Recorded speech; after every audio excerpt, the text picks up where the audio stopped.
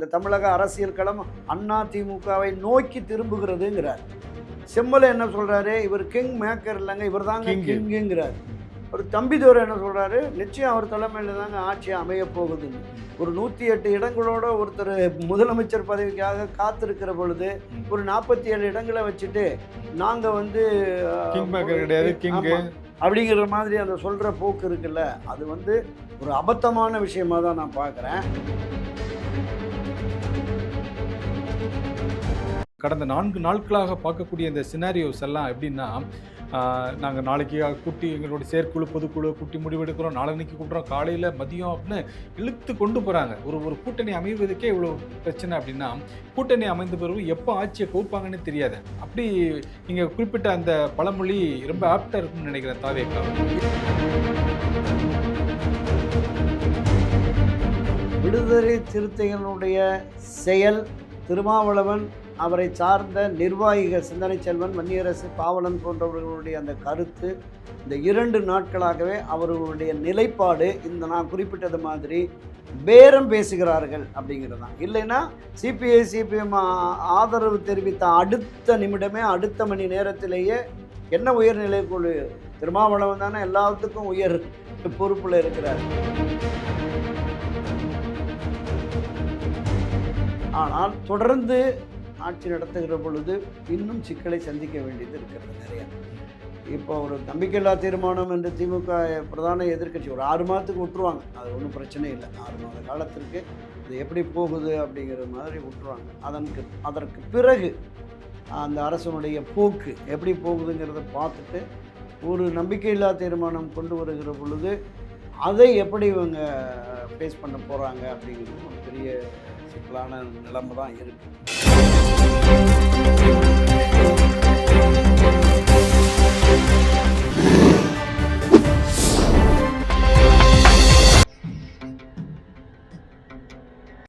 தமிழ் அலை நேயர்களுக்கு வணக்கம். இன்றைய சந்திப்பில் நம்மோடு இணைந்திருப்பவர் திராவிட இயக்க ஆய்வாளர் திரு துரை கருணா அவர்கள். வணக்கம் அண்ணா. வணக்கம். வணக்கம் சிவதரண்ணா. தேர்தல், அதாவது மழை விட்டாலும் தூவானம் விடலை அப்படிங்கிற மாதிரி தேர்தல் முடிஞ்சு தேர்தல் முடிவுகள் வந்த பிறகு கூட இன்னும் ஒரு ஆட்சி அமைக்க முடியாத ஒரு நிலை வந்து ரொம்ப இழுபறியாக இருக்குது. விடுதலை சிறுத்தைகள் கட்சி சார்பில் அவங்களுடைய 2 உறுப்பினர்கள் ஆதரவு கொடுத்தால் விஜய் ஆட்சி அமைக்கைக்கான ஒரு அந்த மேஜிக் நம்பர் கிடைத்துவிடும் அப்படிங்கிற மாதிரி இருக்குது. ஆனால் இந்த நாட்கள் தள்ளி போக சில உண்மைகள் வந்து உடைபடுகிறது. உதாரணத்துக்கு, நீங்கள் பெரிதும் மதிக்கக்கூடிய அதிமுக, உங்களை போன்ற ஏராளமான மக்கள், அதாவது ஏராளமான தொண்டர்கள் மத்தியில் அது பேசப்படுற விஷயம் என்ன அப்படின்னா, அதிமுகவும் திமுகவும் கூட்டணி அமைச்சு ஆட்சி அமைக்க போகிறாங்களாம், என்னடா கொடுமை இது அப்படிங்கிற அளவுக்கு பேசப்படுது. இது இந்த மைய புள்ளி எங்கே ஆரம்பிச்சுது? இல்லை, கடந்த 3 நாட்களாகவே தேர்தல் தொடர்பான அந்த வெற்றி செய்திகள் வர வர தாவேக்காவினர் உற்சாகத்தில் இருந்தாங்க. விஜய் தலைமையில் ஆட்சி நிச்சயம் அமைந்துடும் அப்படின்னு. ஆனால் 108 என்கிற எண்ணோட முடிஞ்சிருச்சு. அந்த உணர்ச்சி வயப்பட்ட மக்கள் இன்னொரு 10 இடங்களை அதிகமாக கொடுத்துருந்தா விஜய் பிரச்சனையே இல்லாமல், இந்த பிரச்சனைக்கே இடம் இல்லாமல் போயிருந்திருக்கும் முதலமைச்சர். ஆனால் தமிழக மக்கள் எப்போவுமே ஒரு கிளியர் மேண்டேட் தான். அதுதான் அப்போ இதுவரையிலும் நீங்கள் இந்த தேர்தல் என்பது நம்ம எல்லாருக்குமே ஒரு சவால்னு தான் நம்ம பேசிகிட்டு இருந்தோம். இந்த தேர்தல் முடிவும் ஒரு பெரிய சவாலாக வந்துருச்சு. ஆனால் உங்களை போன்ற மூத்த பத்திரிகையாளர்களும் இந்த அரசியல் ஆய்வாளர்களும் சொன்னாங்க, ஒரு தொங்கு சட்டசபை அமையறதுக்கான ஒரு வாய்ப்பு இருக்குது, இருந்தபோதும் விஜய் ஆட்சி அமைக்கிறதுக்கு ஒரு வாய்ப்பு இருக்குன்னு சொன்னாங்க. ஆனால் இன்னும் இவ்வளோ பெரிய இழுபறி நடக்கும் பார்க்கும்போது குதிரை பேரத்துக்கு நிறைய வழிவகுக்குது. இல்லை, நிச்சயமாக அதுதான். இப்போ இந்த 108 என்கிற அந்த இலக்கம் 118ஆக மாறுவதற்கு இந்த 4-5 நாட்களாக மிக பெரிய அளவில் பிரச்சனைகள் ஓடிக்கிட்டு இருக்கு. இதில் திராவிட கட்சிகளுக்கு மாற்றான ஒரு சக்தி என்று விஜயை கொண்டு வருவதற்கான முயற்சி நடைபெற்று அது மக்கள் விருப்பத்தின் அடிப்படையில் வந்திருக்கு அப்படின்னா, சரி, அந்த ஆட்சியை அமைப்பதற்கு ஆதரவு தேவை. அப்போ அந்த ஆதரவை எங்கிருந்தெல்லாம் பெறுவது அப்படின்னு சொல்லி அவங்க முயற்சிக்கிற போது உடனடியாக காங்கிரஸ் முந்திக்கிடுச்சு. ஏன்னா காங்கிரஸ் தேர்தலுக்கு முன்னாடியே நாங்கள் தாவேக்காவோட தான் போகணும் அப்படிங்கிற மாதிரியெல்லாம் பேசினாங்க. அது சரியாக வரலை.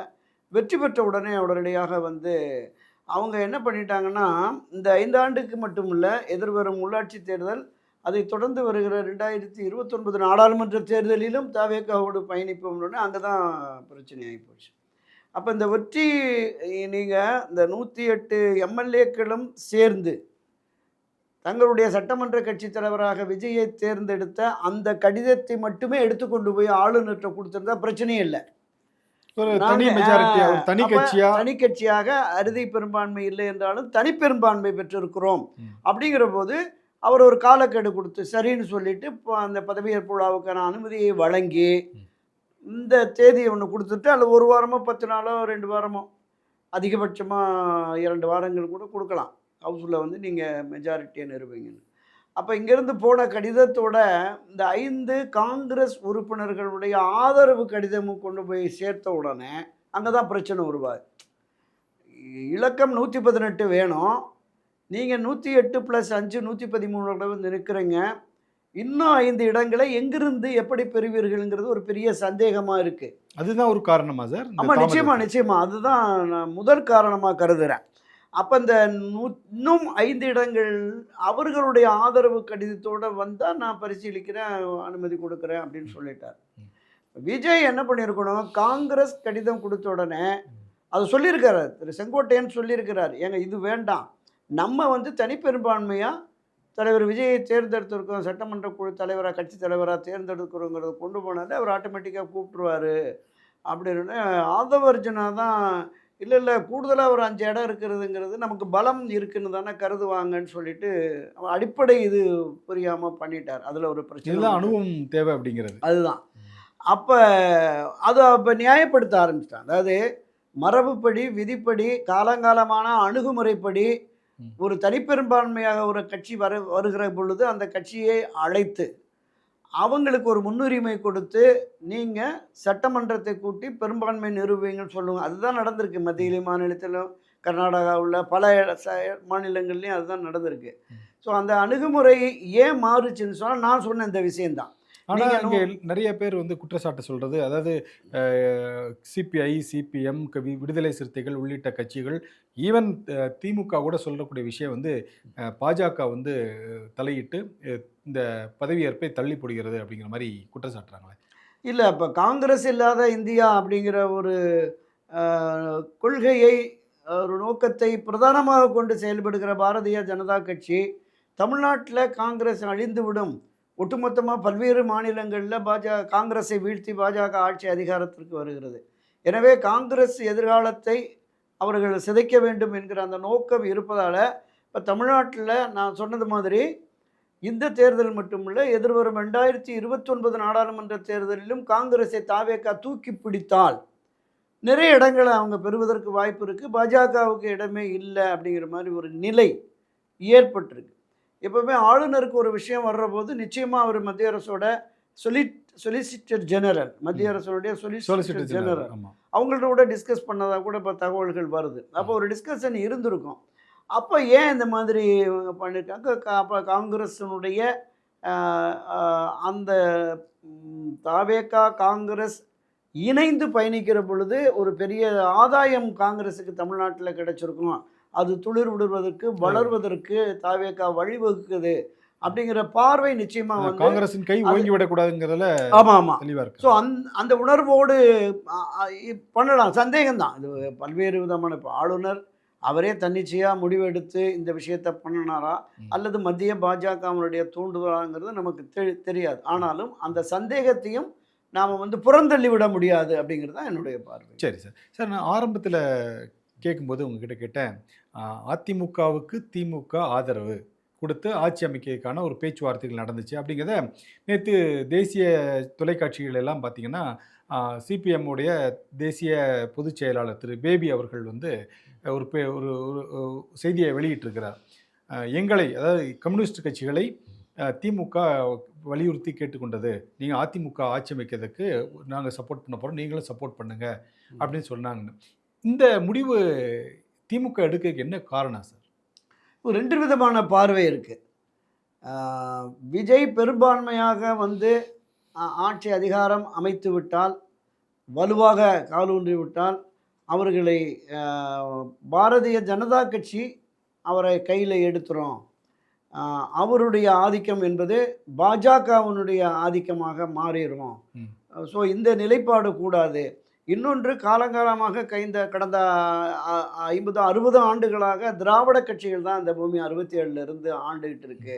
இடையில ஒரு சக்தி வருவது, ஏற்கனவே விஜய் கட்சி ஆரம்பிக்கிற பொழுது பாஜகவுடைய பி டீம் தான் அப்படிங்கிற மாதிரி தான் ஒரு விமர்சனம் இருந்தது.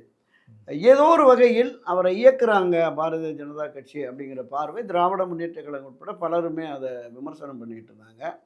அப்போ இந்த திராவிட கட்சிகளுக்கு மாற்றாக ஒரு சக்தி வந்தால் அதன் வழியாக அடிக்கடி சொல்லுவாங்கள்ல, கொல்லைப்புற வழியாக பாரதிய ஜனதா கட்சி தமிழகத்தில் வந்து ஆட்சி அதிகாரத்திற்கு வர விரும்புகிறது. ஸோ அப்படிப்பட்ட ஒரு சூழல் உருவாகி விடக்கூடாது. இவர்களுக்குள் பிரச்சனைகள் இருந்தாலும் 2 கட்சிகளும் திராவிட கருத்தியல் கொண்டவர்கள். எனவே இந்த கட்சிகள் இணைந்தால் பரவாயில்லை அப்படிங்கிற மாதிரி இந்த திராவிட கட்சிகளினுடைய மூத்த முன்னோடியாக தாய்க்கழகமாக இருக்கிற திராவிட கழகத்தின் மூலமாக கூட இந்த மாதிரி ஒரு அணுகுமுறை வந்தது அப்படிங்கிற மாதிரி நம்ம கேள்விப்பட்டோம். இப்போ இதை தாண்டி திராவிட முன்னேற்ற கழகத்தில் துணை முதலமைச்சராக இருந்த திரு உதயநிதி அவர்கள் குடும்பத்தை சார்ந்தவர்கள் வந்து விஜய் ஒருபோதும் முதலமைச்சராகிவிடக்கூடாது, எப்படியாவது நாம் அதை தடுத்துடணும் அப்படிங்கிற பார்வை இருக்கிறதுனால பரவாயில்லை, எதிரிக்கு எதிரி நண்பன் அப்படிங்கிற மாதிரி கரம் கோர்க்கலாம் அப்படிங்கிற மாதிரி. இந்த விஷயத்தை பொறுத்தளவில் திராவிட முன்னேற்ற கழகம் ஒரு தீய சக்தி, அந்த தீய சக்தியை அப்புறப்படுத்த வேண்டும் அப்படின்னு தான் அண்ணா திராவிட முன்னேற்ற கழகமே தொடங்கப்பட்டது. இது அண்ணாவின் திசைவழி மாறி செல்லுகிறது. இதை அகற்றி மீண்டும் அண்ணாவின் ஆட்சியை கொண்டு வர வேண்டும் என்று தான் புரட்சித்தலைவர் எம்ஜிஆர் அதிமுகவை தொடங்குகிறார். கிட்டத்தட்ட புரட்சித்தலைவர் மறைவு வரைக்குமே திமுகவை தலை தூக்கவே விடலை. 77, 80, 84 ஒரு தொடர் வெற்றியை பெற்று இருந்தார். அதை தொடர்ந்து அது வரைக்கும் அந்த இருதுருவ அரசியல் என்பது செல்வி ஜெயலலிதா காலத்துக்கு பிறகு அது ஒரு வன்ம அரசியலாக மாறியது. நீங்கள் நம்ம பார்த்தோம், திமுகவினுடைய எந்த ஒரு விழா நிகழ்வு, கல்யாணம், காது குத்தி எது நடந்தாலும் அங்கே போனதாக ஒரு படம் காட்டினா அவங்க கட்சியிலிருந்து வெளியேற்றுவாங்க. இது மாதிரியான ஒரு சூழல் இருந்தது. 72 முதல் இதுவரையிலுமே திமுக எதிர்ப்புணர்வு தான் அண்ணா திராவிட முன்னேற்ற கழகத்தினர் மத்தியிலே கனன்று கொண்டிருக்கிறது. எனவே இந்த அண்ணா திராவிட முன்னேற்ற கழகம் திமுகவுக்கு எதிராக களமாடி இத்தனை முறை 7 முறை திமுகவை வீழ்த்தி ஆட்சிக்கு வந்த கட்சி. இன்றளவும் கூட இப்போதும் கூட எடப்பாடி பழனிசாமி இந்த பிரச்சாரத்தின் போது திமுகவை மிக கடுமையாக விமர்சனம் பண்ணார். 2 தரப்புமே கடுமையான விமர்சனம் பண்ணாங்க. அப்போ எதிர் துருவமாக இருந்து இவரை திமுகவை வீழ்த்துவேன் என்று எடப்பாடி வீழ்த்துவேன் என்று திமுகவும் பிரச்சாரம் செய்துட்டு இப்போ ஒரு 3வது சக்தி ஆட்சி அமைக்கக்கூடாது, நாம் 2 பேரும் கரம் கோப்போம் அப்படின்னு வந்தால் இந்த 2 கட்சியினர் மத்தியிலையும் பொதுவெளிகள்லையும் மக்கள் மத்தியிலையும் தேசிய அளவிலான ஒரு அரசியல் பார்வை எப்படி இருக்கும்? இந்த 2 கட்சி மீதுமே ஒரு மிகப்பெரிய, ஏன்னா மாறி மாறி குற்றச்சாட்டு என்பதே திராவிட கட்சிகள் வந்து மாறி மாறி தவறுகளை செய்கிறது, லஞ்ச ஊழலில் ஈடுபடுகிறது அப்படிங்கிற குற்றச்சாட்டு இருக்குது. இந்த குற்றச்சாட்டு 2 தரப்புக்கும் இருக்கிற போதே இந்த இருவரும் கரம் கோர்த்து கொண்டார்கள் என்றால் மாற்றத்தை விரும்புகிற மக்களுடைய மனநிலை, மக்களை மதிக்கவில்லை என்கிற போக்கு வந்துடும். அப்போ இந்த 2 பேருமே வச்சுக்கோமே, இவர் 47 இடங்கள் இருக்குது, இவர் எடப்பாடி பழனிசாமியை முதலமைச்சர் ஆக்கிட்டு திமுக வெளியிலிருந்து ஆதரவு அப்படிங்கிற மாதிரி. இப்போ இன்னொரு கருத்து என்னென்னா, இந்த 2 கட்சிகளும் இணைந்தாலுமே 116 தான் வருது. இன்னும் 2 எங்கே போய் இப்போ பிடிப்பாங்கன்னு தெரியல. தாவேக்காலேருந்து யாராவது 2 பேர் தூக்கிடுவாங்களா, அதுவும் என்னன்னு தெரியல அது. அப்போ இப்படி ஒரு பார்வை, இப்படி ஒரு பேச்சு நடக்கிறது என்பதே அது ஒரு முரணானதாக தான் நான் பார்க்குறேன். இப்படிப்பட்ட ஒரு நிலை திராவிட முன்னேற்ற கழகத்தோடு அவர்கள் ஆதரவோடு அதிமுக ஆட்சி அமைக்கிறது என்றால் புரட்சித் தலைவர் எம்ஜிஆர், செல்வி ஜெயலலிதாவுடைய ஆன்மா ஒருபோதும் மன்னிக்காது. அதாவது புரட்சித் தலைவர் எம்ஜிஆர் இருக்கும்போது திமுகவால் ஆட்சிக்கு வர முடியவில்லை. அதே மாதிரி செல்வி ஜெயலலிதா அவர்கள் இருக்கும்போதும் திமுகவால் ஆட்சிக்கு வர முடியவில்லை. இந்த சூழ்நிலை இருந்துச்சு. இப்போ அதாவது நீங்கள் நிறைய அதிகமான பேட்டிகளில் குறிப்பிடும்போது ஒரு விஷயத்த சொல்வீங்க. அதாவது திமுகவும் அதிமுகவும், அதாவது குறிப்பாக எடப்பாடி பழனிசாமி அவர்கள் திமுகவோட ரகசிய உறவு வச்சிருக்கிறார் அப்படின்னு நிறைய குற்றச்சாட்டுகளை நீங்கள் வந்து தொடர்ந்து சொல்லி வந்தீங்க. உதாரணத்துக்கு கொடநாடு எஸ்டேட் கொலை வழக்கில் கூட எந்தவித நடவடிக்கையும் எடுக்கலை, ஆனால் நாங்கள் ஆட்சிக்கு வந்தால் உடனடியாக இந்த கொலை வழக்கு சம்மந்தமாக விசாரித்து நடவடிக்கை எடுக்கப்படும் அப்படின்னு சொன்னீங்க. பட் இதுவரைக்கும் எந்த நடவடிக்கை எடுக்காததுனால நீங்கள் வந்து 2 பேரும் ஒரு உள்ளார ஒரு நட்புறவோடு இருக்காங்க அப்படின்னு சொன்னீங்க. பட் இந்த விஷயம் இப்போ வெளிவந்த பிறகு உண்மையிலே அது நட்புறவோட இருந்திருக்காங்க அப்படிங்கிறத காட்டுதா, இல்லை எப்படி நீங்க பார்க்குறீங்க? எடப்பாடி பழனிசாமி என்கிற அந்த தனி மனிதர் அண்ணா திராவிட முன்னேற்றக் கழகத்தில் பயணிக்கிற எந்த நிர்வாகிகளுக்கும் அடிப்படை தொண்டர்களுக்கும் கட்சியினுடைய எல்லா மட்டத்தில் இருக்கிற அனுதாபிகள் யாருக்குமே அந்த திமுக ஆதரவு மனநிலை வராது. எடப்பாடி பழனிசாமி என்பவர் அவருக்கான நெருக்கடி, அவருடைய பையன், ஏன்னா திமுக பல குற்றச்சாட்டுகளை சொல்லிச்சு. நீங்கள் சொன்ன மாதிரி கோடநாடு கொலை கொள்ளை வழக்கின் உண்மை குற்றவாளியை கண்டறிந்து தண்டித்து சிறையில் தள்ளுவோம் அப்படின்லாம் சொன்னாங்க. ஸோ இந்த நடவடிக்கை இல்லாத போது தான் பொதுவெளி சந்தேகம் வந்தது. திமுகவோடு கரம் கோர்த்து திமுகவோடு ஒரு ரகசிய உறவை வைத்து அவர் செயல்படுகிறாரோ, எடப்பாடி பழனிசாமி செயல்படுகிறாரோ அப்படிங்கிற பொதுவெளி சந்தேகம் இருந்தது. அதுதான் நான் பல பதிவுகள்லையும் நம்முடைய அரங்கத்திலையும் இது தொடர்பாக நான் பல முறை பதிவு பண்ணியிருக்கேன். அதான் அப்ப என்னுடைய கேள்வி. அப்ப திராவிட முன்னேற்ற கழகத்தோடு இணைந்து பயணிப்பதில் கூட தவறில்லை என்கிற உணர்வு இன்றைக்கு எடப்பாடி பழனிசாமிக்கு வந்திருக்கிறது என்றால் அதனுடைய நீட்சியாக தான் நம்ம பார்க்கணும். ஆனால் கட்சியில் இருக்கிற 2 கோடி தொண்டர்கள் 2 கோடியே 16 லட்சம் என்னமோ உறுப்பினர் அட்டை கொடுத்ததா சொன்னார். இந்த தேர்தலில் 1,09,00,000 தான் ஓட்டே வந்திருக்கு. 1 கோடிக்கு மேற்பட்ட வாக்காளர்கள், புரட்சித் தலைவர் எம்ஜிஆர், செல்வி ஜெயலலிதா காலத்திலிருந்து வாக்களித்த வாக்காளர்களே இன்னைக்கு எடப்பாடி பழனிசாமி தலைமைக்கு வாக்களிக்கவில்லைன்னு வந்துட்டோம். ஒரு மோசமான தோல்வியை கொடுத்துருக்காங்க. 2021 கூட 33% இருந்தது. இன்னைக்கு 20% அதை கொண்டு வந்துட்டார். தொடர்ந்து 2024 தேர்தல் இந்த 10 தோல்வி பழனிசாமின்னு பல விவாத களங்களில் பலரும் விமர்சிக்கிறத நம்ம பார்க்குறோம். ஆனால் அந்த தேர்தலுக்கு முந்தைய ஒரு விஷயத்தை குறிப்பிட்டிருந்தாரு. நான் 10 தோல்வியில் நிறைய பாடம் கற்றுக்கிட்டேன், அதனால வந்து இனிமேல் என்னுடைய சப்ஜெக்ட் எல்லாமே வெற்றி சப்ஜெக்ட் தான் அப்படின்னாரு. இருந்தபோதும் இந்த மாதிரி ஒரு நிலை ஏற்பட்டுச்சு. இன்னொரு கேள்வி உங்ககிட்ட நான் கேட்க நினச்சேன். அதாவது தாவேக்காவுக்கு அதிமுக சப்போர்ட் செய்ய போகிறார், அதாவது ஆதரவு கொடுக்க போகிறார்கள் என்ற ஒரு செய்தி பரவும் போது அதனுடைய துணை பொதுச் செயலாளராக இருக்கக்கூடிய திரு KP முனுசாமி அவர்கள் ஓடோடி வந்து பத்திரிகையாளர் முன்பு அதிமுக எந்த சூழ்நிலையிலும் தாவேக்காவிற்கு ஆதரவு கொடுக்காது, எந்த விதத்திலும் எந்த சூழ்நிலையிலும் ஆதரவு கொடுக்காது அப்படின்னு சொன்னவர், திமுகவும் அதிமுகவும் இணைந்து அதிமுகவுக்கு திமுக சப்போர்ட் செய்து ஆட்சி அமைக்க போகிறாங்க அப்படின்னு சொல்லும்போது யார் தரப்புலேருந்து ஒரு எதிர்ப்பு, அதாவது அதுக்கான ஒரு மறுப்பே வரவில்லையே? இல்லை, அதுதான் இப்போ தாவேக்கா ஆட்சி அமைத்த உடனே ஒன்று வெளியிலிருந்து ஒரு தார்மீக ஆதரவு, நிபந்தனையற்ற ஆதரவு கொடுக்குறோம் என்கிற ஒரு நிலைப்பாட்டை எடுத்திருந்தால் கூட அதில் தவறு இல்லை. நாளைக்கு ஆட்சி அதிகாரத்தில் வந்ததற்கு பிறகு அவர்கள் தவறுகளை சுட்டி காட்டி ஆதரவை வாபஸ் வாங்குறோன்னு வந்துடலாம். அது மக்களோட நலன் கருதி அப்படிங்கிற ஒரு வார்த்தையை போட்டு அப்போ ஆமாம், நம்ம இந்த ரிசல்ட்டு வந்த அன்றைக்கே கூட நம்ம பரவலாக பேசப்பட்டது. CV சண்முகம் அவரை சார்ந்த பலர் வேந்து தாவேக்கா கூட்டணி ஆட்சி, அவர்களோடு கூட்டணி அமைத்து ஆட்சி அமைக்கலாம்ங்கிற கருத்தாக்கம் இருக்குது அப்படின்னு ஒரு பார்வை, இன்னொன்று வேண்டாம் அப்படின்னு இன்னொரு பார்வை இருந்தது. அதனால தான் மாறி மாறி 2-3 நாளாக இருந்து அங்கே போய் புதுச்சேரி ரெசார்ட்ஸில் கொண்டு போய் வச்சு 3 நாளாக இப்போ அந்த பஞ்சாயத்து ஓடிட்டுருக்கு. எல்லோரும் இப்போ சென்னை திரும்புறதாகவும் சொல்கிறாங்க. அப்போ என்ன நிலைப்பாட்டை எடுப்பது என்கிற குழப்பமான நிலை இருக்கிறதுனால தான் இது. இல்லை, நீங்கள் ஒன்றுமே இல்லை, திராவிட முன்னேற்ற கழகம் வந்து நாங்கள் பிரதான எதிர்க்கட்சியாக இருக்கிறோம், மக்கள் அளித்த தீர்ப்பை மதித்து நாங்கள் இந்த கட்சிக்கு தாவேக்காவுக்கு எந்த தொந்தரவும் பண்ண மாட்டோம், ஆட்சி அமைக்கட்டும், ஆளுநரும் அமைக்கணும்னு சொல்லிட்டாரு.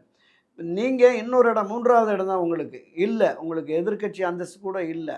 நீங்களுமே ஒன்று ஆதரவளிக்கணும், இல்லை நாங்களும் எதிர்க்கட்சியாக இருந்து தாவேக்காவுக்கு ஆதரவு வேண்டாம்.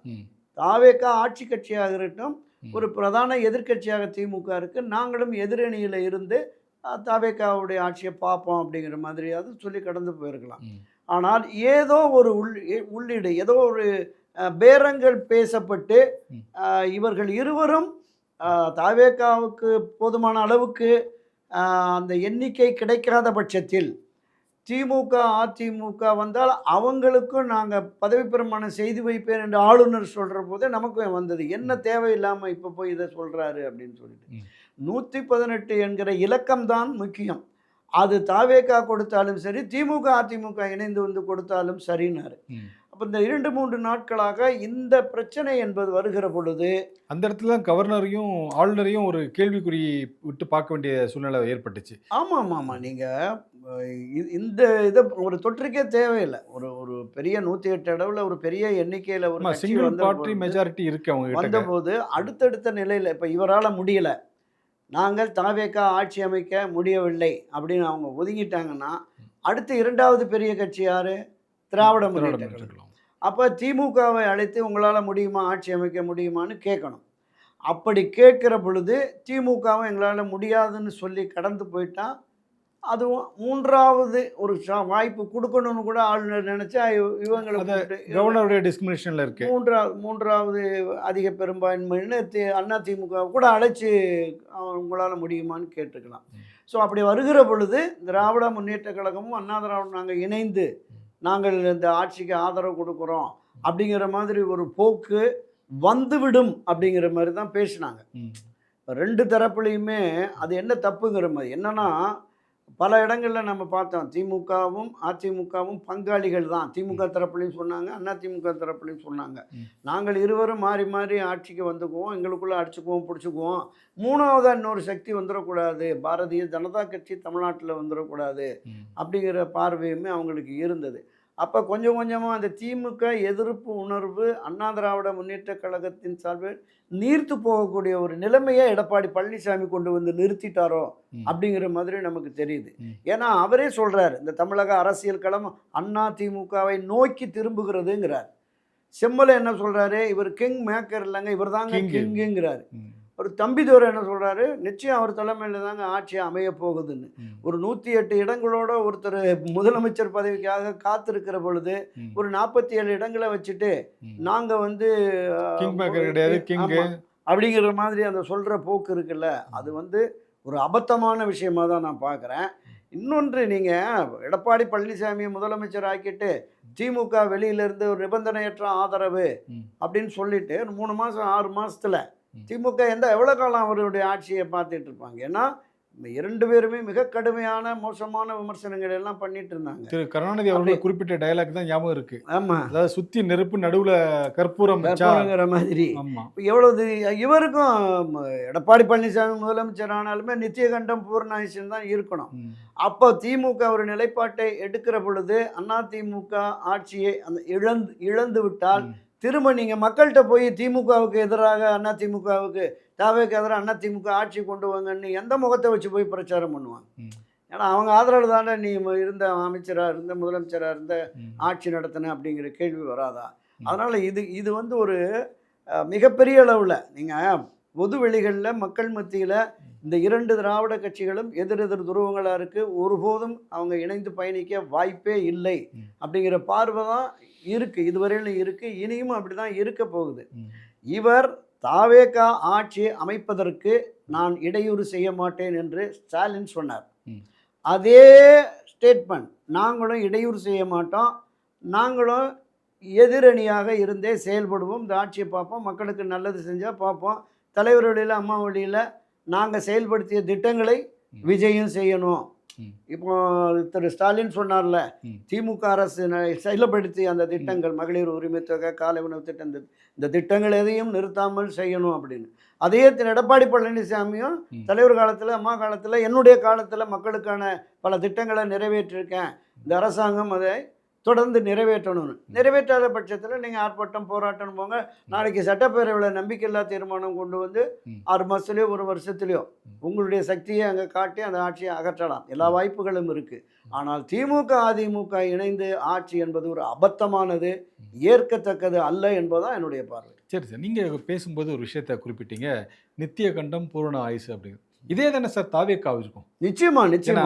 இப்போ இந்த கடந்த 4 நாட்களாக பார்க்கக்கூடிய இந்த சினாரியோஸ் எல்லாம் எப்படின்னா, நாங்கள் நாளைக்கு கூட்டி எங்களுடைய செயற்குழு பொதுக்குழு கூட்டி முடிவெடுக்கிறோம், நாளைக்கு கூப்பிட்றோம், காலையில் மதியம் அப்படின்னு இழுத்து கொண்டு போகிறாங்க. ஒரு கூட்டணி அமைவதற்கே இவ்வளோ பிரச்சனை அப்படின்னா, கூட்டணி அமைந்த பிறகு எப்போ ஆட்சியை கவுப்பாங்கன்னு தெரியாது. அப்படி நீங்கள் குறிப்பிட்ட அந்த பழமொழி ரொம்ப ஆப்டாக இருக்கும்னு நினைக்கிறேன் தாவேக்காவிற்கு. இல்லை, உண்மை என்னன்னா, இப்போ திரு விஜயனுடைய அணுகுமுறை இருக்குல்ல, அதுவே இப்போ காங்கிரஸ் ஒரு 5 பேர் எம்எல்ஏ சட்டமன்ற உறுப்பினர்களும் ஆதரவு தெரிவிச்சிட்டாங்க. அப்போ இன்னும் ஒரு 6 பேர் ஆதரவு தேவை. அப்போ அந்த 6 உறுப்பினர்கள் யாருன்னு பார்த்து தான் ஆதரவு கடிதம் கேட்டு கொடுக்குறீங்க. மார்க்சிய கம்யூனிஸ்ட், இந்திய கம்யூனிஸ்ட், விசிக, அதை தாண்டி ஐயுஎம்எல், இந்திய யூனியன் முஸ்லீமுக்கும் கொடுக்குறீங்க. அவங்க காலையில் ஆதரிக்கிறானாங்க, மாலையில் ஆமாம். வாபஸ் வாங்கிட்டாங்க. அப்போ இந்த ஆதரவு கடிதங்களை சிந்தனை செல்வன் வந்து ஃபேக்ஸில் அனுப்புனாங்க அப்படின்னு சொன்னாங்க. வாட்ஸ்அப்பில் அனுப்பிச்சேன்னு வாட்ஸ்அப்பில் இது அனுப்புனதா சொன்னாங்க. நான் என்ன, விஜய் அப்போதே காங்கிரஸ் ஆதரவு கடிதம் கிடைத்த அடுத்த 1 மணி நேரத்தில் நீங்கள் எல்லா இடத்துக்கும் நேரடியாக போய் சிபிஎம் அலுவலகம், சிபிஐ அலுவலகத்துக்கு இப்போ போறாரு. அதான் சொல்கிறேன், அன்றைக்கே போய் அன்றைக்கே அவர்களுடைய ஆதரவு கடிதங்களையும் நீங்கள் பெற்றிருந்து அந்த 118 அதோட ஐயுஎம்எல் வந்துருந்தா 120 ஆகிடுக்கும். அப்போ அதை நீங்கள் அந்த அந்த அரசியல் சாதுரியம், சாமர்த்தியம் என்பது விஜய்க்கு இல்லை. அரசியல் வியூகங்களை வகுத்து கொடுக்குற அங்கே இருக்கிறவங்களுக்கும் போதிய அனுபவம் இல்லை, போதிய அரசியல் அறிவும் புரிதலும் இல்லை என்பது தான் இதனுடைய வெளிப்பாடாக தெரியுது. இத்தனை பிரச்சனைகளுக்கும் நடுவிலும் இப்போ அடுத்ததாக ஒரு ஆப்ஷன் கோர்ட்டுக்கு போயிருக்காங்க. 2 பேர் ஏற்கனவே நேற்று ஒருத்தர் போய் வழக்கு போட்டிருக்காரு, இன்னொருத்தர் போய் இப்போ வழக்கு போட்டிருக்காரு.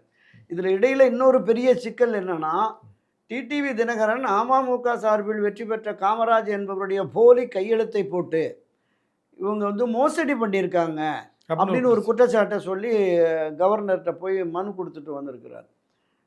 எடப்பாடி பழனிசாமிக்கு ஆதரவு தெரிவிப்போம் என்று நானும் காமராஜும் கொடுத்தது, இவருக்கு ஆதரவு தாவேக்கு மாதிரி ஆதரவுன்னு சொல்லி அவங்க போர்ஜரியாக அதை தயாரித்து அதை கொடுத்துட்டாங்க அப்படின்னு. அது ஒரு பிரச்சனை இருக்குது. இப்போ இந்த விஷயத்தை ஆளுநர் கையில் எடுத்து இது தொடர்பாக விசாரித்து எனக்கு அந்த குற்றச்சாட்டு சொல்லியிருக்காரு. குதிரை பேரத்தில் ஈடுபடுகிறார்கள் தாவேக்காக. ஆமாம் ஆமாம் ஆமாம், இவர்கள் வந்து தூய சக்தின்னு சொல்லிட்டு ஆமாம் கடுமையாக விமர்சனம் பண்ணியிருக்கிறாரு. இப்போ அதை ஆளுநர் வந்து கையில் எடுத்துகிட்டு இப்போ கிண்டி ஸ்டேஷனில் கம்ப்ளைண்ட்டும் கொடுத்துருக்கேங்கிறாங்க. அது கம்ப்ளைண்ட் எஃப்ஐஆர் ஆயிடுச்சுன்னா இது மேலும் மேலும் சிக்கலை உருவாக்குது சார். நிச்சயமாக இதில் மிகப்பெரிய அளவில் இன்னைக்கு கடந்த 2 நாட்களாக திருமாவளவன் என்ன சொன்னார், இடதுசாரிகள் முடிவெடுக்கிறாங்க எல்லாம் பண்ணுவார். அப்போ இந்திய கம்யூனிஸ்ட், மார்க்சிய கம்யூனிஸ்ட் முடிவெடுத்த உடனே நாங்கள் உயர்நிலை குழுவை கூட்டி எங்களுடைய முடிவை அறிவிப்போம், அது இடதுசாரிகளுடைய முடிவை ஒத்ததாக இருக்கும், 3 பேரும் இணைந்து தான் முடிவினார். அப்போ இடதுசாரிகள் இப்போ இந்திய கம்யூனிஸ்ட், மார்க்சிய கம்யூனிஸ்ட் அறிவிச்சிட்டாங்க. நீங்கள் அறிவித்த உடனே உயர்நிலை குழு கூட்டத்தை கூட்டி நீங்கள் அறிவிச்சிருக்கணும். ஆனால் அங்கே மறுபடியும் இந்த 2 கம்யூனிஸ்டுகள் ஆதரவு அப்படின்னு உடனே போயிடுச்சு. அடுத்ததாக 2 இடங்கிறது நாம மட்டும்தானே. விடுதலை சிறுத்தைகள் தன்னுடைய பேர வலிமையை அதிகப்படுத்திக்கிட்டே போகுது அப்படிங்கிற மாதிரி தான் பார்க்குறோம். இடதுசாரிகளுடைய முடிவை அடிப்படையாக கொண்டு நாங்கள் முடிவெடுப்போம் அப்படின்னு சொல்லியிருந்தா அவங்க வந்து வெளியிலிருந்து ஆதரவுன்னு சொன்னாங்க. ஆனால் இன்னைக்கு பேசக்கூடிய விஷயங்கள் வந்து துணை முதலமைச்சர் வேணும், அமைச்சர்கள் பங்கு வேணும், ஆட்சியில் பங்கு, அதிகாரத்தில் பங்கு, காணாக்குறைக்கு திருச்சியில் இட வேணும் கூட ஒரு பேச்சுவார்த்தை போகுது. இது எந்த அளவுக்கு உண்மை அப்படிங்கிறது வந்து 2 பேரும் ஓப்பனாக பேசினா தான் தெரியும். ஆனால் இது சமூக வலைத்தளங்கள்லையும் மற்ற மெயின் ஃப்ரேம் மீடியாவிலும் பேசப்படுற விஷயம். அதாவது தொல் திருமாவளவன் அவர்கள் காலதாமதம் ஏற்படுவதற்கு காரணம் அவருக்கு துணை முதலமைச்சர் பதவியும், அவருடைய கட்சியின் சேர்ந்த மற்றொருவருக்கு அமைச்சர் பதவியும், திருச்சி கிழக்கிலுடைய தொகுதியை திருச்சி கிழக்கிலேயோ பெரம்பூர்லேயோ திரு விஜய் அவர்கள் ராஜினாமா செய்தால் அந்த தொகுதியிலே போட்டியிடுறதுக்கு வாய்ப்பு வேண்டும் அப்படின்னு கேட்குற மாதிரி ஒரு பேச்சுவார்த்தை இருக்கு. ஆமாம், நிறையா கடந்த 2 நாட்களாக விடுதலை சிறுத்தைகளுடைய செயல்பாடு, விடுதலை சிறுத்தைகளுடைய செயல், திருமாவளவன் அவரை சார்ந்த நிர்வாகிகள் சிந்தனை செல்வன், வன்னியரசு, பாவலன் போன்றவர்களுடைய அந்த கருத்து, இந்த 2 நாட்களாகவே அவர்களுடைய நிலைப்பாடு இந்த நான் குறிப்பிட்டது மாதிரி பேரம் பேசுகிறார்கள் அப்படிங்கிறது தான். இல்லைன்னா சிபிஐ சிபிஎம் ஆதரவு தெரிவித்த அடுத்த நிமிடமே, அடுத்த மணி நேரத்திலேயே என்ன உயர்நிலை குழு, திருமாவளவன் தானே எல்லாத்துக்கும் உயர் பொறுப்புல இருக்கிறார். இல்லை அப்படி பார்த்தா அவங்க வந்து தேர்தலுக்கு முன்பு திமுகவோட கூட்டணியில் சீட்டு வாங்கும்போது அவங்களோட செயற்குழு, பொதுக்குழு, நிர்வாக குழு கூட்டத்தில் 2 இலக்கத்தில் சீட்டு வாங்கணும் அப்படின்னு முடிவெடுத்தாங்க. அப்படியே எடுத்தாங்க இல்லையே, 8 இடத்துலையோட அதை நிறுத்திட்டு போயிட்டார்ல. அதுதான் சொல்கிறேன், நீங்கள் ஒரு அரசியல் கட்சிக்கு தலைமையேற்று நடத்துகிறவர் தான் இறுதி முடிவு, அதில் எந்த மாற்று கருத்துமே இல்லை. திருமாவளவன் ஒரு முடிவு எடுத்ததுக்கு பின்னாடி உயர்நிலையோ செயற்குழுவோ பொதுக்குழுவோ திருமாவளவன் எடுத்த முடிவுக்கு எங்களுக்கு ஏற்புடையதெல்லாம் நாங்கள் போகிறோன்னா போகிறாங்க இல்லை. ஆனாலும் கூட இன்றைக்கும் கூட என்னென்னா அதிகாரத்தை முடிவெடுக்கும் அதிகாரத்தை திருமாவளவனிடம் கொடுத்துட்டோம்னு குழு கூடி 4 மணிக்கு பத்திரிகையாளர் சந்தித்து அவர் அறிவிப்பாருங்கிறாங்க. இன்னொரு தகவல் நாளைக்கு தான் சொல்ல போகிறாரு அப்படின்னாங்க. எப்போ சொல்ல போகிறான்னு தெரியல. அதாவது சார், விஜய் வந்து தேர்தல் பிரச்சாரத்தின் போது ஒரு விஷயத்தை ரொம்ப தெளிவாக மக்களிடம் சொன்னாங்க. அதுக்காக கூட மக்கள் வாக்களிச்சிருந்திருக்கலாம். இந்த வரக்கூடிய என்னுடைய தலைமையில் வரக்கூடிய ஆட்சி ஒரு ஊழலற்ற ஆட்சியாக இருக்கும், ஒரு பைசா கூட லஞ்சம் லாவண்யம் இல்லாமல் நான் ஆட்சி நடத்துவேன் அப்படின்னு சொன்னார். பட் போகிற போக்க பார்த்தா அதுக்கான வாய்ப்புகள் ரொம்ப ரொம்ப குறைவு போல தெரியுது. அதுதான். அதாவது இந்த 2 திராவிட கட்சிகளுக்கு மாற்றாக ஒரு நேர்மையான ஊழலற்ற நல்லாட்சியை அமைப்பேன் அப்படின்னு சொன்னார். அது எந்த அளவுக்கு சாத்தியம் என்பது அவர் ஆட்சி அதிகாரத்துக்கு வந்ததற்கு பிறகு தான் தெரியும். இப்போ ஆட்சி அதிகாரத்திற்கு வருவதற்கு பதவி பிரமாணம் எடுப்பதற்கே முடியலை. 3 முறை ஆளுநரை போய் சந்தித்தோம், முடியலை. அப்போ ஒரு சிறிய அளவிலான ஒரு குறைபாடாக தான் இதை நான் பார்க்குறேன். நிச்சயமாக இவர் முதலாக தன்னை தாவேகா சட்டமன்ற உறுப்பினர்கள் குழு தலைவராக தேர்ந்தெடுத்துட்டாங்கிற அதை மட்டும் போயிருந்தாருன்னு இன்றைக்கி இந்த பிரச்சனையே இருந்திருக்காது. அவர் ஒரு வார காலம் 10 நாள் டைம் கொடுத்து பதவி பிரமாணம் செய்து வைத்து ஃப்ளோரில் பண்ணுவேன்னாங்க. இந்த 5 காங்கிரஸ் எம்எல்ஏக்களுடைய ஆதரவு கடிதம் கொடுத்ததுனால தான் சிக்கலை. ஒன்று, பாஜகவினுடைய பின்னணி என்கிற அந்த விமர்சனத்தையும் நம்ம கடந்து போக முடியாது. இவர் ஆளுநரே உங்கள் கட்சி சார்பாக தேர்ந்தெடுக்கப்பட்ட எம்எல்ஏக்களை தாண்டி ஒரு 5 பேர் பிற கட்சி ஆதரவுன்னு சொல்கிறீங்க. தேவை 118, கொண்டு வந்திருக்கு 113, மீதமுள்ள 5 எடுத்துட்டு வாங்க பண்ணி வரைச்சோன்னு சொல்லிட்டாரு. அதுலேயும் ஒரு விதமான அது முடிஞ்சு அடுத்தடுத்த கட்டங்களுக்கு போயிடுச்சு. ஆமாம். இப்போ விடுதலை சிறுத்தைகள் கட்சி இன்னைக்கோ நாளைக்கு காலையிலோ ஆதரவு தரதா சொல்லியிருக்காங்க. இப்போ என்னுடைய கேள்வி என்னன்னா, நீங்க குறிப்பிடும்போது சொன்னீங்க நீதிமன்றத்துக்கு வழக்கு தொடர்ந்துட்டாங்க அப்படின்னு. இப்போ ஒருவேளை விடுதலை சிறுத்தைகள் கட்சி வந்து ஆதரவு கொடுத்தா கூட இந்த கோர்ட்டில் இருக்க கேஸை காரணம் காட்டி ஆளுநர் வந்து இதை இன்னும் தள்ளி போடுறதுக்கான வாய்ப்பு இருக்கா? இல்லை. இப்போ உச்சநீதிமன்றம் போன உடனே அவங்க ஒரே நாளில் அவசர வழக்காக எடுத்து அதை, ஏன்னா முடிஞ்சிருச்சு 5ஆம் தேதியோட அந்த ஆட்சிக்கு முடிவு கட்டிட்டு இப்போ 10-12 தேதிக்குள்ளே புதிய ஆட்சியை அமைக்க வேண்டிய சூழல் இருக்கிறது. எனவே அதை உச்சநீதிமன்றம் கருதி ஆளுநர் அழைக்க வேண்டும் என்று உத்தரவிட்டால் அந்த ஆளுநர் அது நீதிமன்றத்திற்கு போய் தான் அந்த முடிவு வாங்க முடியுமா? இல்லை இப்போ டைரக்டாகவே இப்போ திருமாவளவன் இல்லை அவர் ஆதரவு கொடுத்த உடனே ஆளுநர் உத்தரவு பிறப்பிக்கலாம், கொடுத்த வழக்கை வாபஸ் வாங்கிடலாம். அவங்க தனிநபர்கள் தான் கொடுத்துருக்காங்க. தாவேகா அதிகாரப்பூர்வமாக அந்த வழக்கை தொடுக்கலை அப்படின்னு தான் நம்ம கேள்விப்படுறோம். தாவேகா ஆதரவாளர்கள் 2 பேர் போய் போட்டிருக்காங்க அப்படின்னு சொல்லிட்டு, அது இவர் ஆளுநருக்கு இந்த விசிக ஆதரவு கிடைத்த உடனே அவங்க ஆட்டோமேட்டிக்காக அதை வாபஸ் வாங்கிடுவாங்க. இழுத்துட்டு போகணும் அப்படின்னு ஒரு முடிவு எடுத்துட்டா அதை காரணம் காட்டி இழுத்துட்டு போகலாம் இல்லையா? எது காரணம் காட்டி? நீதிமன்றத்தில் வழக்கு இருக்கு. இல்லை, அதான் இந்த விசிக ஆதரவு கிடைச்ச உடனே ஆட்டோமேட்டிக்காக அவங்க வாபஸ் வாங்கிடுவாங்க. அதனால அது ஒரு பிரச்சனையாக இருக்காது. இப்போ விஜய்க்கு இருக்கக்கூடிய அடுத்த கட்ட சேலஞ்ச் என்ன சார்? நிறைய சிக்கல்களை சந்திக்கணும். இப்போ விசிகாவுக்கு துணை முதலமைச்சர், இன்னொருத்தருக்கு மந்திரின்னு 2 பேருக்குமே இப்போ 2 கட்சிக்கு ஒரு துணை முதலமைச்சர் கொடுத்தா 5 பேர் காங்கிரஸ் கட்சி அதை கிளைம் பண்ணுவாங்க. அவங்களுமே எங்களுக்கு 5 பேரில் துணை முதல்வர் ஒருத்தர் கொடுங்க, அமைச்சராக ஒருத்தர் 2 பேர் கொடுங்க அப்படிங்கிற மாதிரி பிரச்சனைகள் உருவாகும். அதை எப்படி சமாளிக்க போகிறாங்கன்னு தெரியல. இதையெல்லாம் சமாளித்து விட்டு முதலமைச்சராக ஒரு பொறுப்பேற்று அமைச்சரவையை கூடி அந்த அமைச்சரவையில் இந்த தன்னுடைய உறுதியான நிலைப்பாட்டை அரசுக்கு ஆதரவு கோரும் ஒரு தீர்மானத்தை கொண்டு வந்து அதில் இவருக்கு பெரும்பான்மையான வாக்குகள் கிடைத்தோன்னா தான் ஆட்சி தொடர முடியும் ஒரு சூழல் இருக்கிறது. ஏன்னா ஒருத்தர் பேரவைத் தலைவராக போட்டுட்டோம், இந்த திருச்சி கிழக்கிலேருந்து ஒருத்தர் வந்தால் கூட அது ஆதரவு போயிடும். அது எந்த மாற்று கருத்துமே இல்லை. ஆனால் தொடர்ந்து ஆட்சி நடத்துகிற பொழுது இன்னும் சிக்கலை சந்திக்க வேண்டியது இருக்கிறது நிறையா.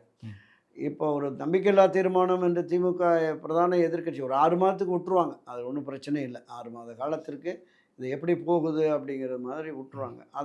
அதற்கு பிறகு அந்த அரசனுடைய போக்கு எப்படி போகுதுங்கிறத பார்த்துட்டு ஒரு நம்பிக்கையில்லா தீர்மானம் கொண்டு வருகிற பொழுது அதை எப்படி இவங்க ஃபேஸ் பண்ண போகிறாங்க அப்படிங்கிறது ஒரு பெரிய சிக்கலான நிலைமை தான் இருக்குது. அறுதி பெரும்பான்மையான ஒரு 10-20 எம்எல்ஏக்கள் கூடுதலாக இருந்ததுன்னா பிரச்சனையே இல்லை. சபையில் திமுக நம்பிக்கையில்லா தீர்மானத்தை கொண்டு வந்து அதிமுக ஆதரிக்குமா ஒரு கேள்வி, அதிமுக ஒரு நம்பிக்கையில்லா தீர்மானம் கொண்டு வந்து அது திமுக ஆதரிக்குமா அப்படிங்கிறது கேள்வி. இந்த 2 பேருமே விஜய்க்கு எதிரான மனநிலையில் இருப்பதனால அவர்கள் ஆதரவளிப்பதன் மூலமாக திமுக, அதிமுக ஆதரவளிப்பதன் மூலமாக அவர்களுடைய நிலைப்பாட்டை அவர்களோடு கூட்டணி அமைத்திருக்கிற கட்சிகள் பாமக, சிபிஎம் அவங்க ஆதரிப்பாங்களான்னு தெரியல. இப்போ இவர் ஒட்டுமொத்தமாக எல்லோ எதிர்க்கட்சிகளும் சேர்ந்து எதிர்க்கிற பொழுது நிச்சயமாக ஆட்சி கவிழ்ப்பு விரைவிலேயே நடக்குங்கிறது தான் என்னோட. ஓகே. அதாவது விஜய் வந்து அரசியல் ரீதியாகவும் பொருளாதார ரீதியாகவும் நிறைய பிரச்சனைகளை வந்து ஃபேஸ் பண்ணி தான் முதலமைச்சர் இருக்கையில் உட்கார வேண்டியது இருக்கும் அப்படின்னு நீங்கள் சொல்ல வரீங்க. இல்லை, நிச்சயமாக மிகப்பெரிய சிக்கலான ஒரு சூழல் தான். இந்த பதவி ஏற்புக்கே இவ்வளவு பெரிய சிக்கல் இருக்கிற போது பதவி ஏற்பு முடிந்து அவர் ஆட்சி அதிகாரத்திற்கு வந்து அவர் முதலமைச்சராகி அமைச்சர்கள் பட்டியலை வெளியிட்டு அந்த அமைச்சர்கள் யார் யாருங்கிற பெரிய ஒரு ஒரு விமர்சனம் வரும். அமைச்சர்களுடைய தகுதி என்ன அப்படிங்கிற மாதிரியான வரும். முதலமைச்சருடைய அணுகுமுறை, முதலமைச்சருடைய ஒரு ஒரு ஃபஸ்ட்டு பதவி பிரமாணம் எடுத்து ஃபஸ்ட்டு ப்ரெஸ் மீட் நடத்துகிற பொழுதே அவர் எக்ஸ்போஸ் ஆயிடுவார் அப்படிங்கிற மாதிரி தான் நான் பார்க்குறேன். ஒரு பெரிய சிக்கலான நிலை.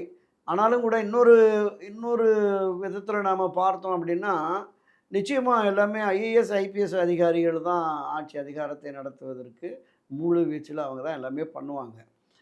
ஒரு கட்சியினுடைய தலைமை என்ன விரும்புகிறது, அவங்க மக்களுக்கான இந்த மாநிலத்திற்கான என்ன திட்டங்களை புதிதாக கொண்டு வருவார்களோ அதை நிறைவேற்றுகிற பொறுப்பு அவங்களுக்கு தான் இருக்குது. நான் அறிந்த வகையில் முன்னாள் ரிட்டையர்டு ஐபிஎஸ் ஆஃபீஸர் கொண்ட ஒரு பெரிய குழு, அந்த குழு போட்டு அவங்களுடைய வழிகாட்டுதலின்படி தான் ஒரு ஆட்சி அதிகாரத்தை கொண்டு செலுத்துவார் அப்படிங்கிற மாதிரி இருக்குது. நீங்கள் குறிப்பிட்ட மாதிரி லஞ்ச ஊழலற்ற அப்படிங்கிற வருகிற பொழுது அது இந்த காலகட்டத்தில் அது மிகப்பெரிய சிரமம். ஏன்னா புறையோடி போயிடுச்சு, எல்லா இடங்கள்லையுமே புறையோடி போய்விட்டது. இவர் வந்தவுடனே கட்சியினருடைய நடவடிக்கைகள், ஏன்னா நீங்கள் தாவேகாவுக்கு வந்திருக்க இளைஞர்கள் பலரும் புதிய ஆட்சிக்கு வருகிறவர்கள் பலருமே அரசியலில் வந்தால் திமுக அதிமுக மாதிரி நம்ம நிறைய சம்பாதிக்கலாம், கோடிக்கணக்கான பணம் சம்பாதிக்கலாம் என்கிற உணர்வோடு வந்திருக்கிறவங்கள கைகளை அவர் கட்டி போட முடியுமான்னு தெரியல. அதனால தான் நான் சொன்னேன், ஆட்சிக்கு வந்தாலும் மிகப்பெரிய சவால். அந்த சவாலை எப்படி எதிர்கொண்டு இந்த ஆட்சி அமைந்தால் அதை கொண்டு செலுத்த போகிறாருங்கிறது நிச்சயமாக அது ஒரு $1,000,000 கொஸ்டின். Okay sir. இது போன்ற சவால்களை வந்து சமாளிப்பாரா விஜய் அப்படிங்கிற கேள்வியோடு நம்ம தொடர்ந்து சந்திக்கிற வரை நன்றி, வணக்கம். நன்றி.